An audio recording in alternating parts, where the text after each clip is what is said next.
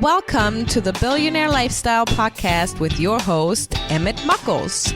Please visit iTunes, Stitcher, or emmettmuckles.com to listen to all the episodes for free.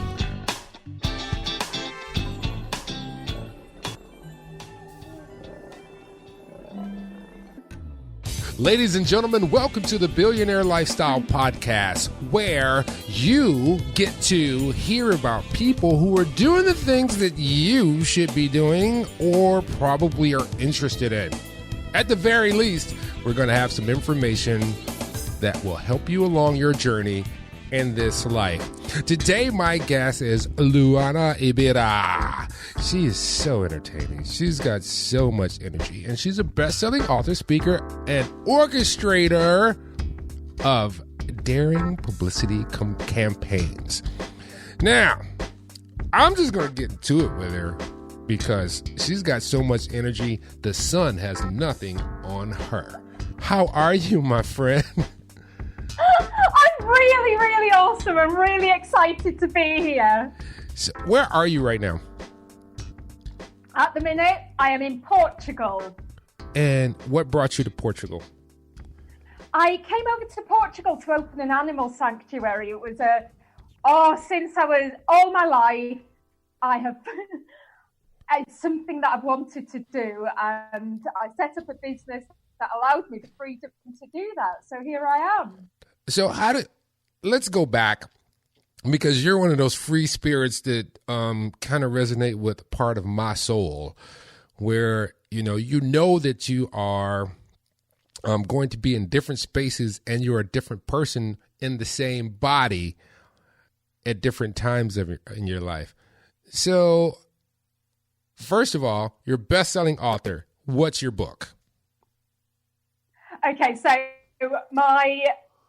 I've had three books that are bestsellers at the minute, and I've got another one coming out soon.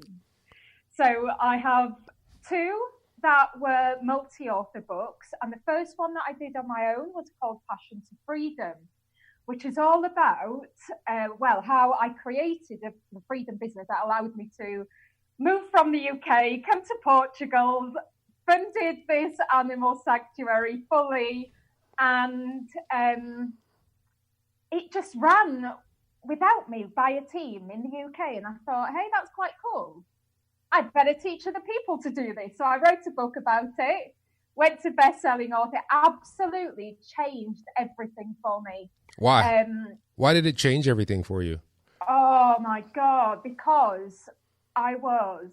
I'm going to go a little deeper now. When I was in the UK, I had a little bit of an incident, and it all went absolutely crazy in the media, which is why I now help other people with media as well. Because at the time, it was so crazy. I didn't know how to deal with it. I had TV producers knocking at my door. I had journalists coming to my house. I had people, it was absolutely crazy. My background is in acting. I used to be an actress. And so I was always used to being in the media. But I was talking to a journalist this one day about a film I was in. Anyway, the story that went out the next day was not about my film. It was about my personal life, more specifically, my marriage. Oh. So the story went absolutely crazy. It went international, hit the US, Australia. It was translated into several languages. It was everywhere. We were on national TV in the UK. And this was all because of one sentence that I'd said to this journalist. The journalist asked me, do I get support at home? And I said, yes, my husband, my wife is incredibly supportive. And the journalist went, wait, what? Now, at this point, this was very, very raw. My husband had very recently, at this point, told me that he was transgender. We were very much trying to deal with it, but it slipped out. At that point, I could have backtracked and I could have said, oh, don't worry about it. It was nothing. Or I had the choice to go, hey, let's see what happens from here on. that's what I did. That's what I did. And from there, it went crazy. And, it's not, which surprised me because I was like, well, why? Why is this so interesting to other people? I didn't really get it. I knew it was something different, but it's not like it was that unique for the story to be that huge. But what I was being told was that it was more about our attitude towards it that they liked. It was a different sort of attitude towards it. I was just like, okay, you want to be a woman? All right, fair enough. Let's do it. Yeah, why not? So, but of course, it was painful and confusing and all of that stuff, and even more so being in public. And 6 months down the line, he told me that he was no longer going to carry on with the hormones, which was very confusing for me. Even more so, I think, than the original. Whoa. Wait. Stop. So, all right, let me get this. Let me process this. So, you and your partner, I'm going to use that word. So, your partner says, I feel, your partner who was biologically a man, born a man, said, I think I feel like a woman inside. And would maybe like to go through the transition. Okay. Yeah. At least to the public. Like I like to be identified as a woman. All right. So you're like, gotcha, boo. You're my partner. I'm gonna do what I need to do. Okay. And then comes out, there's a big scandal, and then he says, I'm not sure about that. I know, it sounds absolutely crazy. Well, what it was for me as well was we had decided to break up at this point, but he had a new girlfriend. And so, I had all sorts of things running through my mind, and I didn't get it at the time. He has explained it to me since, and I do understand more. We're still the best of friends. I love him to death. And I do understand a bit more, but I won't go into that because that's his story to tell. Right. But from my point, I was just, it all got too much at that point. After 6 months, when that latest bombshell happened, I just got even more confused, and I said, I'm going to Portugal. So I went to Portugal, met up with a friend there. We decided to open an animal sanctuary, and that's where I stayed. All right. So you help. One of the things that you do is you help people get this publicity through the media because of the experience you had. But do you think it was easier, or because of your acting, was it stage and movies? Because when I first saw you, my first thing I said to you is like, you have a face for the camera. It was. And I had no clue. None. I was just like, this woman, like if I put her, like I'm looking at you now, I'm like, bing, it works out. And then you're like, I'm a big deal. Oh, no. Right. I was mainly a film actress, horror. Really? I was the psycho killer mainly. That was my character. I don't want to say like, oh, I could see that. I don't want to say. I've dated enough to know. So much fun though. I've dated enough to try to identify those. Be like, she looks like, nah, she could be a star in a psycho killer thriller. No, I'm going to pass on that one. So, all right, let's get back to the. So, best-selling author. You love animals. Yeah. And so, what got you to be the help you to pull together this orchestrator of like these daring publicity campaigns, and how can you help people, get their spotlight for their audience? Because today, so many people are in front of you begging for your attention. And how do how can you help somebody to break through that noise? Because every time I go online, somebody is trying to sell me something. They're trying to get in my pocket. And then I realize a lot of these people know half of what I know. Oh, totally. Do you know, I asked a question on my Facebook yesterday. What's the number one thing that will have TV producers booking you over somebody else? And I had a lot of great answers and things to talk about, integrity and all of that stuff. The thing is, it is those things, but it's not. All of those things come into it, like having something to talk about and being an interesting person, all of that comes into it. But the main thing is energy, the energy of how people are showing up and how they're pitching. There's no big secret to getting into the media. That's the honest truth. There's no big secret. And in fact, I thought it was a thing that everybody just did, you know, because I guess from my acting background, it did just sort of happen for me. So then I had to think, okay, well, how did that happen? Yeah. And it really is just knowing. The thing that's going to make somebody stand out is knowing who they are and showing up as the realest version of themselves possible, being completely unfiltered and just having the presence, you know, being who they are. And quite often the thing that we've been told to tone down is the thing that we need to ramp up. That's what's going to get people noticed. You know, I'll say this. In many instances, that can work out, but it can depend on your gender today. And okay, tell me more. So I'm going to tell it to you like this. So some people are, and I've gone through this, where you have, as a male, you have to tone down your outrageousness. Oh no, I don't believe anybody should tone down their outrageousness.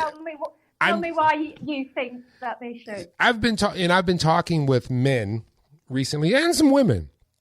I've talked with some older women, and this is a different consensus I've found out between the United States and Europe. Europe has a different take. So over here we have the Me Too movement, and we have a lot of social issues that are bubbling up to the surface. Yeah. So in this country, a lot of men are under attack and don't feel that they can be their authentic self, which means that's a testosterone-based dude who might, you know, be their authentic self, who may upset someone, so to speak. Okay, can I rephrase? Because I do completely agree with you. You see what I'm saying now? Be your authentic self if you're a cool person. If you're not a DICK, then be authentic and be yourself. So when I say this, obviously it's if you're a decent person, and I would imagine that anybody listening to this would know the difference between being a decent person or not. You can say if you're not a decent person, those rules don't apply. Yeah, you can just say it. You can just say the word. I know what you're talking about. There are some people who are just dicks. Yes. And in that case, you know, that comes from pain, doesn't it? They've got a lot of healing to do. So they need to work on that shit and then come back. Yeah. And then they can be authentic.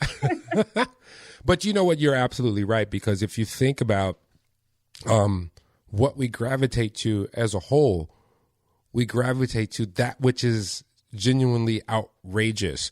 For instance, yes, our president, our 45th, was the most outrageous of them all, and everyone said, ooh. And they gravitated.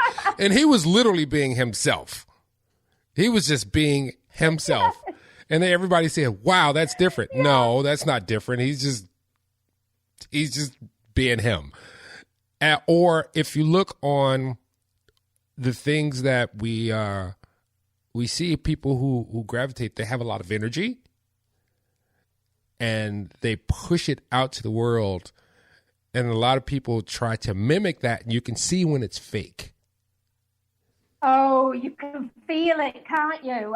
There's a lot of this I see, in the online business world as well. People tend to follow trends, but you can tell when somebody's just trying to do something to bring in leads or to get clients that when they're not really being true to themselves. So how did this work out for you? And, you're going out and speaking. So do you coach people directly, or do you coach people as a group, or how do you help them along? Okay, so I do two different things. Well, I work with books and media, and for both, I have a course where people can run through themselves and teach, and I support them through the process. And I also do done for you. As I love the done for yous because they are the ones that get the most badass results. Because obviously, the main thing about media is building relationships. And I've been doing that for well over a decade. So it's easier for me to open doors than it is for somebody to do it themselves, even if I'm giving them step-by-step information. Oh my, do you want to know what? The main thing is about media, though, isn't the lack of information. There's no secret to it. It's not hard, but it's that people talk themselves out of it and they don't remain consistent. So, for anybody listening to this who wants to get into the media, be consistent, build relationships every day, give value every day, make sure that you're consistent with who you are and what you're doing everywhere, so that when people look you up online, bam, they know exactly what you do. Get yourself as much social proof as you can. Yeah. Media leads to more media as well, so it builds over time. So how do you build those relationships? Because, I've talked with someone else who was relating to media, and they say that the reason that the media content is shit is because they're always looking. They don't know what they're looking for. They're looking for things that will attract people, but they don't know what will attract people. And a lot of people don't tell them this is what will attract people. So how do you build those relationships so that television stations and media outlets will know, hey, this segment is about this. Let's call this person here. Yes. Okay. So first of all, it's figuring out where you want to be, what you want to be featured on, and then find the people who can make that happen and, find where they are. So they normally be on social media. Twitter and LinkedIn are great for this sort of thing. And then just start getting into their awareness. I wouldn't recommend immediately launching in with a pitch unless there are exceptions. Unless, one, they are calling out for a particular type of guest that you are, in which case, let them know about you. Yeah. And two, unless they've been talking about something that's, say they've been talking about fitness and there's a fitness professional and they've been talking about something like, I don't know, getting fit for summer or whatever. And this person can offer a unique and interesting, some sort of different angle, then I would also say contact them straight away. But to build great relationships for media, it's best to take it a little bit slower, similar to dating, You wouldn't go on a date and say, hey, I want to have your babies. I've heard that one. But you might, and it might work, but more often than not, it's going to make people go, oh. So I would suggest building those relationships slowly. Think long term, not short term. And, just start getting into their awareness, commenting on their posts, genuinely getting into what they're putting out there, genuinely being interested in their work. And something that I say to people, I remember somebody said to me, I said if you've enjoyed their work, then tell them about it. Tell them about it. Everyone loves a bit of praise, don't they? And then we say, oh, well, what if I don't like it? Well, if you don't like it, don't lie about it. But why do you want to be featured there? Do you know what I mean? Yeah. So be genuine, and, just start building a genuine relationship with that person. And if it feels right, then take it further from there. And, once you have built a bit of a relationship where they are likely to recognize you, then send your pitch by email and make the pitch full of personality. I think this is something that holds people back. They tend to hide behind a mask of professionalism. Yeah. They want to be super professional and come across as looking a certain way, but that's the very thing that's holding them back. They just need to get out of that box and be themselves. Do you know, like when people want somebody to go on, say, a TV show or something, it's not just the information that they want. Whoever's watching, they want to be entertained as well as having that information. And if you're not, you'll just switch off, won't you? You'll just switch off. So let me ask you this one, though, because most people will see a person in the media, whether it be radio or television, and they will identify with the person and say, I got to contact that person. But often it is not the person that they need to be contacting. It's people behind the scenes, such as the producer, the associate producer, or someone. And a lot of people don't know this information. They're just like, hey, I need to talk to Emmett. And I'm like, don't talk to me. Send it to Jamie Starr. He is my guy, who's actually me. but I'm saying that's who you might have to have that relationship with, and they're going to have producer friends or associate producer friends. And like, this person's not great for us, but they're great for you. So, that's just one of the bits and pieces of information, because I know it can be, me producing this show, I give very specific things that I need. Yes. And then people will say, well, I don't want to do that. And I say, well, I can't have you on. And they say, why? I was like, because this is how production works. It helps me out. So be ready to accommodate someone as well, because they're going to ask you for very specific things. Absolutely. Absolutely. And that's such a good point as well. Like, if you want to go on Oprah isn't the one that's going to get you on the show. Right. You want to do your research and figure out who these people are who are actually going to get you booked. And it's normally the producers. Your book, Influencer Game of Phones, which is an awesome title. Yes. I'm so excited about this. So this is the first one in a 3-part series. Yes. I went a little bit crazy and I realized that I was at 90,000 words, and I thought, oh, I better split this into a trilogy. So what was the premise behind Influencer Game of Phones with part 1? Okay, so part 1 is all about becoming the person you need to be able to then step up and achieve the things that you want to achieve. Okay. So it's all about the mindset and becoming that person. That's the first one. So the trilogy as a whole takes people through how to first become that person. So impact is my word. Okay. I is for internal. I is for internal. So that's the inner work and becoming that person. That's what book 1 is all about.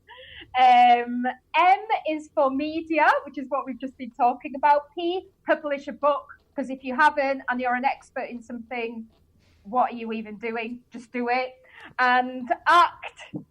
This is from my acting background, because I know damn well that I wouldn't be doing what I'm doing now had I not trained as an actress. So that's what the trilogy is about, and it just really ties in so well with Game of Thrones.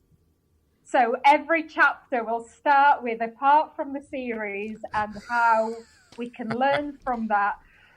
Whew, it's a very different book. It's not the usual, this is how you become an influencer book. And my people as well are the change makers, the people who are here to make a difference, not the people who are just going to pout on Instagram, you know. Yeah. These are the people, I'm talking the coaches, the teachers, the presenters, the journalists, the people who are making a difference. So, you know, I have a question about this. Everyone's saying write a book, or I've written a book and I've written a book. And I'm wondering how many people actually read anymore, because, you know, one of the things is like when I coach people along, I'm like, they're like, I want to write a book. I'm like, that's great. Write the book. But you have to think about all the things that a book are nowadays. Book is not just something you sit before your eyeballs. A book can be a series of someone like you reading your own book to them. You know, all the different mediums that people... Yeah, exactly. And people go, huh? I'm like, yes, create your own audiobook. And they're like, how do I do that? I'm like, you read, don't you? Just read to a microphone. 100%. Yeah. I love audiobooks.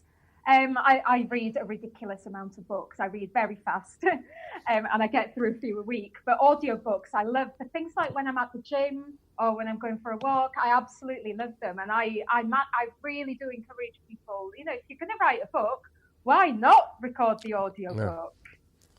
And if you need help, why would you not? And if you need help, know where to go. Yeah, absolutely. So where can people find you? Because, you know, you are a ball of energy. I have to ask you this one question. How tall are you? 5'2". I'm only tiny. People are normally shocked when they see me. They go, I thought you were taller. And it's like, you know, like I said, your energy level is so high. It's like that gravity. I was like, I bet you she's like. Yes, yeah. Maybe I'm making up for my shortness. It's like there are these very bright suns in the universe, but they're really small. They have a lot of gravity and a lot of energy, but they're really tiny. And the reason for that is because they have so much energy. Oh, do you know, when I used to work in nightclubs, they used to call me Tigger. Kicker? Tigger. Oh. You know, Winnie the Pooh. Tigger. Tigger. The wonderful thing about Tigger. They used to call me Tigger because I was always bouncing around. I could see that they now. They used to say that. I just never stopped. But I genuinely get excited about things. So is your book Influencer Game of Thrones? Where can they find that? It's coming out in January and it will be available on Amazon. Have a look for it. And if you Google Luana Riberia, I'm on most things. So just keep up with me there. I'll be shouting about it. All right, you have to spell your name for everyone. Luana and Ribeira, Ribeira. Yes, because, you know, there's a lot of people who are like, I don't know how to spell that. Now, how funny. I changed my name so that it would be simpler. I just chose another difficult name. That's fine. That's how, I mean, you have to stand out in this world because, you know, unless you're just a community person, like there's these tribes that we used to live in. We had these small tribes and we didn't want to stand out because if we stood out, that means we died because something said, ooh, you look delicious. Yeah. But, and this is what I say is part of the problem in the world today, because I sit around with me and my wife, and I'll look at people and I was like, that person has no idea, or that person has no natural predators, meaning they don't feel threatened at all. So they're going to do either something that's really bold or what I see more often, something really dumb. You know, because a person with predators knows, like, this could be dangerous. But you have to mitigate that. Exactly. And in the online, this is something I talk about in the book, actually. So it's funny you should bring that up. It's like, we don't have these, or, you know, in normal everyday life, we don't go out and have that sort of danger anymore for most of us.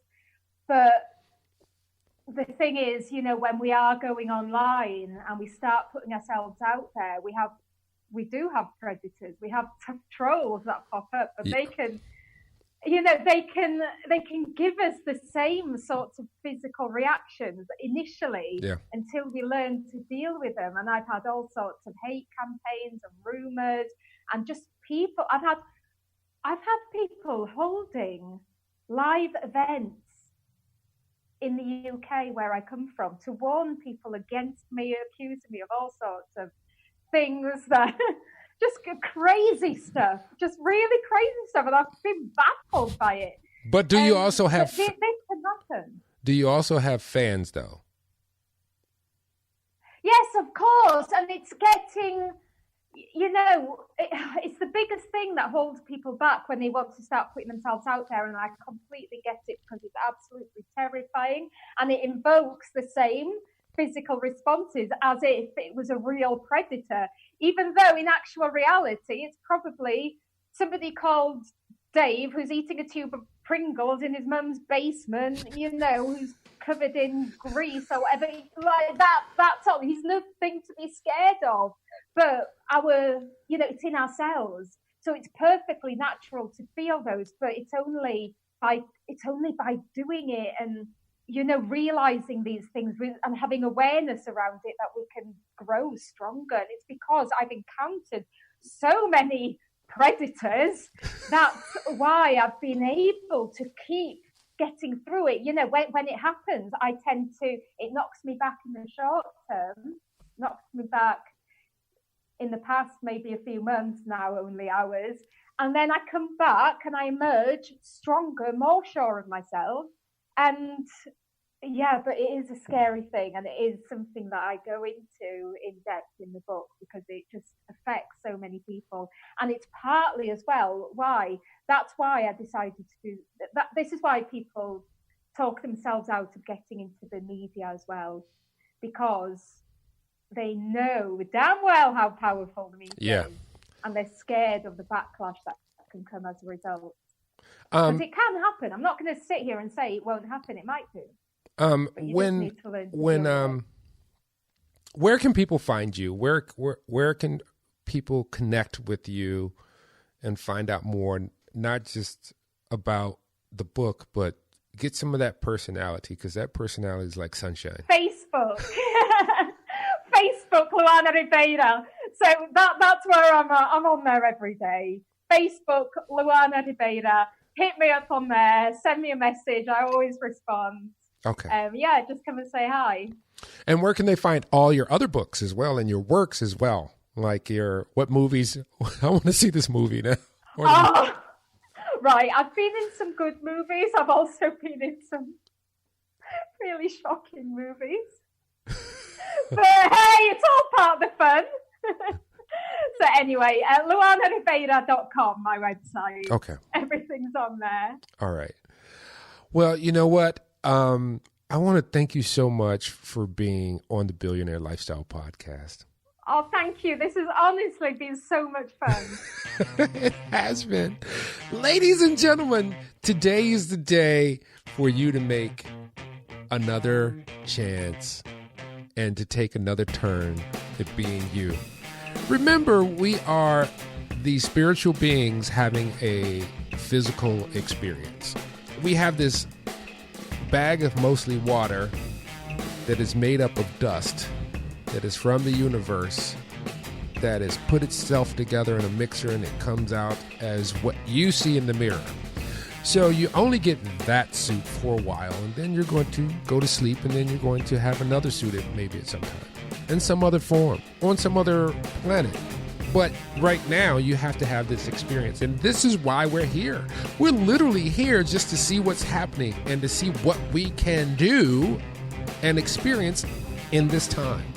If this sounds a little bit weird, put it to you like this. Think of it like a video game. You go through the video game, you go through the world, and then you do something crazy, and your character goes asleep, and then it reboots. That's you. So, sometimes it can get really frustrating. Really, really frustrating. And this is why I tell you all that you're billionaires, is because when you came to this planet, two cells met, and then what happened was this dust or this magic from the cosmos gave it its blessing, and they began to replicate 2 to the power of 30. You were a billionaire before you came into the physical plane. So I need you to understand how special you are. And remember, when you were starting to get a little bit down and you don't feel right and you feel like you're at the end of your rope, tie a knot in the rope, grab it, and keep hanging there until you're ready to pull yourself back up and reboot again. Till next time, love you all. Peace.